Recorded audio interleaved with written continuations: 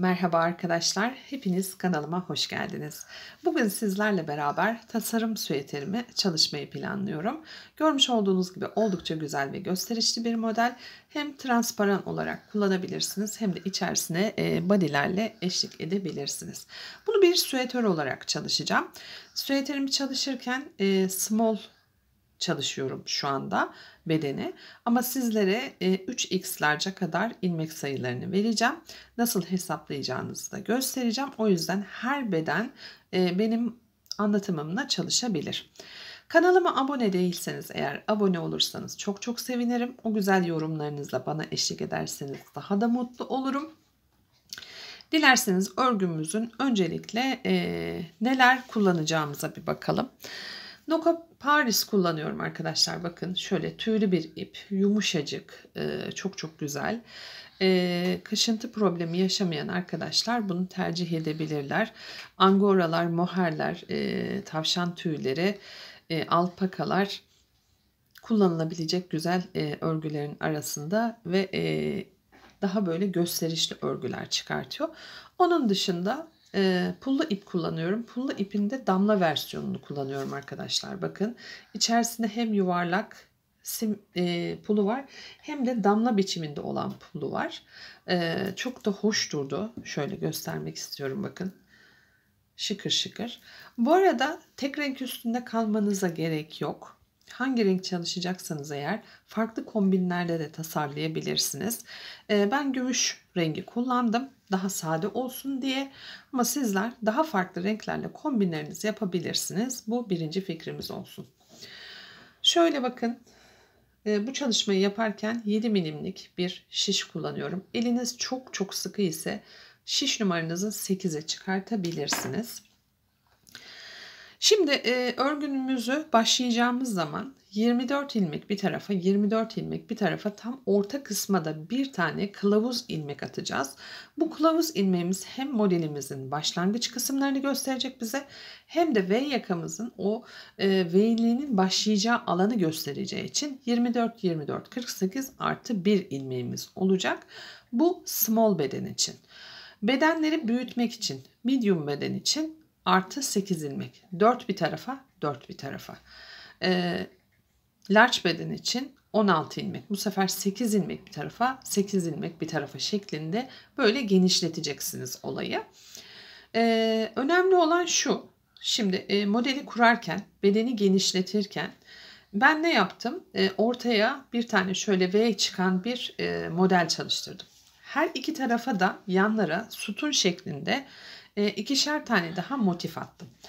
Bedenlerinizi genişlettiğiniz zaman buradaki kılavuz sütunları birer tane daha eklemeniz mümkün. Ya da ne yapabilirsiniz? Buradaki kılavuz olan sütunları biraz daha kaydırıp buradaki V'leri biraz daha açabilirsiniz. O tamamen sizin elinizde.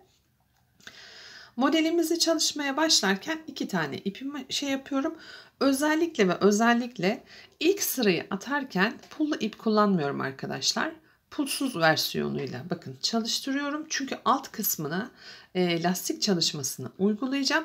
Ve lastik kısmını muhtemelen örgümün yan dikişlerini tamamladıktan sonra bütün olarak geçmeyi planlıyorum.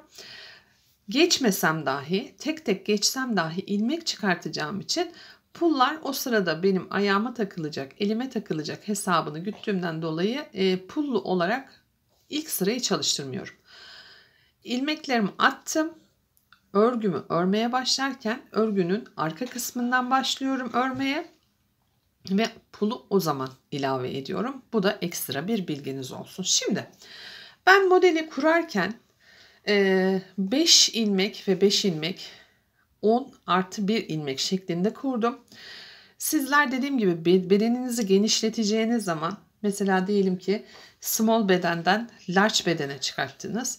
O zaman ne yapabilirsiniz? Buradaki 5'leri 7 7 artı 1 şeklinde çalışabilirsiniz. Şurayı genişletirsiniz bu sefer şöyle.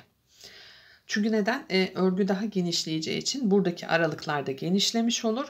Şuradaki uzunluğu da dediğim gibi istediğiniz kadar sağa ya da sola kaydırabilirsiniz. O tamamen size kalmış bir şey. Örgünün arkasını düz çalışmayı planlıyorum. Dümdüz öreceğim. Sadece ön kısmında bu işlemi yapacağım ama bazı arkadaşlarım hem örgünün ön yüzünde hem de arka yüzünde model kurmak isteyebilirler. Onların tercihine bırakıyorum. Şimdi çalışmamızı yaparken bakın ilk kısımda hem Nako Paris'i kullandım hem pullu ipi kullandım. Tam orta noktaya geldim. Şuradan 24 ilmeği aldım. Geldim bu tarafa. Orta noktaya pullu ipimi ayırdım. Sadece bir tane pullu iple bir ilmek attım.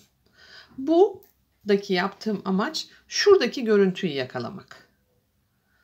Pullu iple damla ipin karıştığı alan, tek pullu iple çalışılan alan. Şimdilik modeli çalıştırıyorum sizlere. Hemen ne demek istediğimi daha net anlayacaksınız. Örgünün ilk sırasında olduğumuzu varsayalım. Arka yüzünü çalıştınız. Tekrardan ön yüzüne geldiniz. Modelde her zaman için ön sırada ve arka sırada ilmekleri değiştirmiyoruz. Sadece ipleri değiştiriyoruz arkadaşlar. Ona dikkat edin. Yani sadece ön yüzde değil arka yüzde de işlem yapıyoruz. Bu arada ay ben örgü bilmiyorum, ne yapacağım diye sakın paniklemeyin. Sadece düz yüzde düz örgü öreceğiz. Arka sırada da tamamen ters örgü öreceğiz. Şimdi ilk ilmeğimi örmeden aldıktan sonra iki ipimle devam ediyorum. Ve sayıyorum. 2, 3, 4, 5 tane 2 ilmekle çalıştığım alandayım. Daha sonra bakın buradaki alanı small beden çalıştığım için 2 tane ilmekle çalıştırdım. Bedeni büyük, geniş olanlar burayı genişletebilirler ya da bu taraflara daha fazla ilmek ekleyebilirler. Modeli kuracağım için hemen ne yapıyorum? Tek ipe geçiyorum. 1, 2 tane ilmek çalıştırıyorum. 2 ilmek çalıştırdıktan sonra bunlar sadece pullu iple çalıştı. 2 model arasına 2 ipi kullanarak 1, 2, 3, 4 tane ilmek atıyorum. 2 model arasındaki şu görüntüyü yakalayabilmek için bakın. Tekrardan 2 tane düz ilmeğimi sadece pullu iple çalışıyorum. 1 ve 2. Şimdi burası benim modelimin aslında sonlandığı alan. Buradaki modelle bu taraf karışmasın diye araya muhakkak 2 ya da 3 tane ilmek düz olarak attığımdan dolayı buradaki alanı ben 3 ilmek olarak çalıştım. 1, 2, 3. İlerleyen safhalarda buradaki ilmekleriniz, şuradaki ilmek, soldan gelen ilmekler devam edeceği için şuradaki alanı oluşturacak. Kafanız karışmasın. Şimdi hemen şuraya götüreceğim size. Şuradaki kılavuz ilmeğime, bakın şuradaki tam orta noktasında 3 tane ilmek çalışmıştım. 1, 2, 3, 4, 5, 6, 7, 8 artı 3. 11 ilmeği bu iki iple çalışacaksınız sizler. Şimdi modeli şuradan kurduruyorum ya size. Şuradaki alandan kurdurduğum için sizler buraya gelene kadar ne yapacaksınız? 11 tane ilmeği çalışacaksınız. Şimdi ben kendi modelimin olduğu alana gidiyorum. Hatta şöyle kontrol edeyim. 2, 4, 6, 8, 10. 11. ilmeğim tamam burada olacak. Şöyle yapalım. Kafanızı karıştırmadan. 2 tane düz ilmekten sonra 1, 2, 3, 4, 5 ilmeğinizi 6, 2 iple örüyorsunuz. 6, 7, 8, 9. Hemen kontrol ediyorum ben de şuradaki alandan. Hatta şuradan gelirsem daha iyi. 25. ilmek olacak çünkü. Siz de öyle hesaplayın. 2, 4, 6, 8, 10, 12, 14, 16, 18, 20, 22, 23, 24, 24 ve 25. ipim. ilmeğim. Şimdi bedeni genişlettiğiniz zaman doğal olarak burası 25. ilmek olmayacak ama tek ilmeklik bir alanınız oluşacak. Buradaki tek ilmeklik alanı işte sadece pullu ip ile öreceksiniz. Şimdi ben modeli değiştirmem gerekiyor doğal olarak. O yüzden 2 ipi kullanıyorum ama sizler 25. ilmeğinizi sadece düz pullu ipinizi kullanacaksınız ve burada tek bir ilmeğiniz olacak. Daha sonrasında tekrar devam ediyorum. Sizler 2 ipe geçeceksiniz. Ben tek ipteyim ama şöyle 2 3 4 5 6 7 8 9 10 11 tane ilmeği örüyorsunuz. 2 iple 2 tane sadece pullu iple ördüğüm alan. Tekrar devam ediyorum. 1 2 şuradaki 3. ilmeğim. Hemen şurayı da kontrol etmek istiyorum. 1 2 3 4 evet. Bir an acaba ilmek mi şaşırdım dedim. 4 tane ilmeğim. Tekrar araya 2 tane pullu iple geçiriyorum. Ve sıra sonuna kadar bu şekilde devam ediyorum. Şimdi sizlerin de ilk sıranızda artık modeliniz kuruldu. Kurulduktan sonra yapacağımız işlemleri hemen sırayla söyleyeceğim. Çünkü bir sonraki aşamada hemen V yakayı açtıracağım ki sizlere model çok kolay. Bakın tam orta noktasında ben şuradaki alandayım. Sizler buradaki alandasınız anlatımda. Şimdi benim buradaki modelim çalışmaya başlayacak. Sizin buradaki modeliniz çalışmaya başlayacak. Tıpkı benim yapmış olduğum ilk sıradaki şuradaki alan gibi düşünün.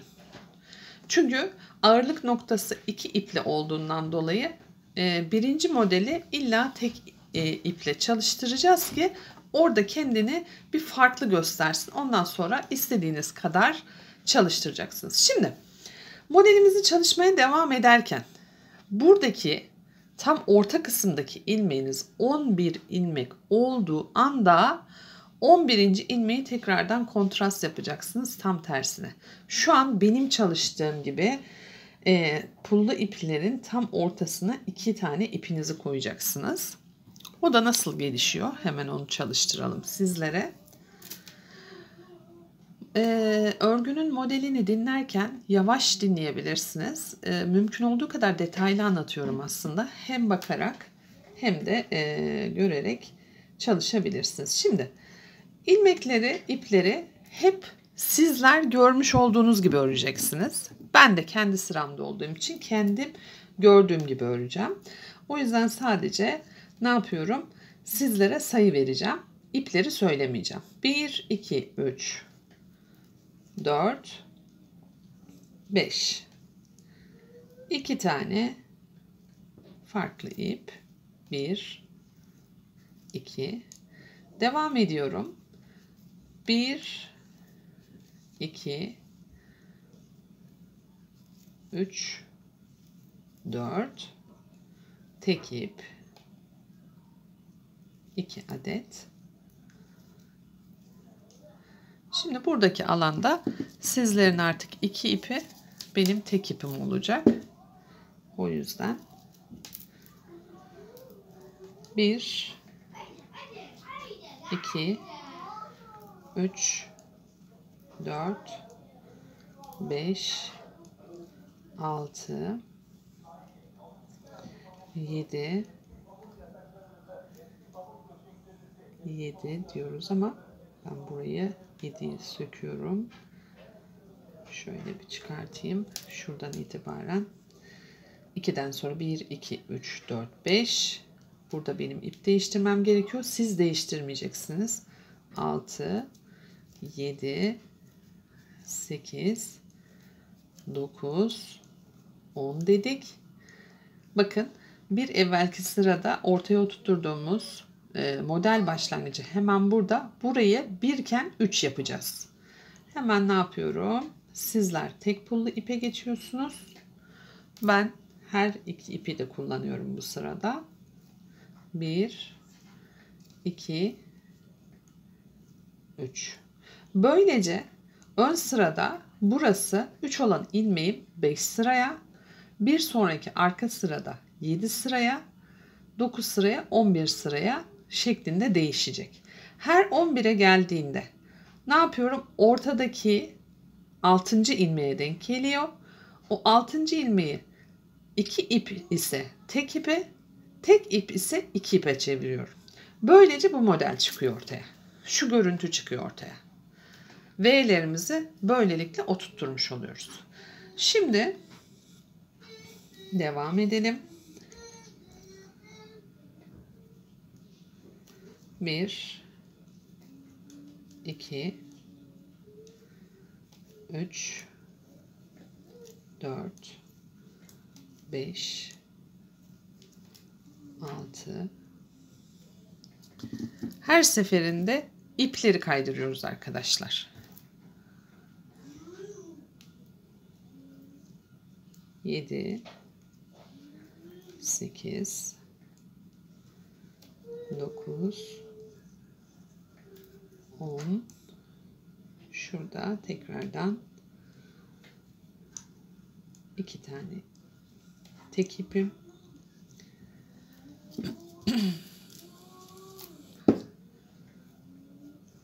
Bir, 2, 3, 4, 2 tane tek ipim şeklinde devam edip gidecek.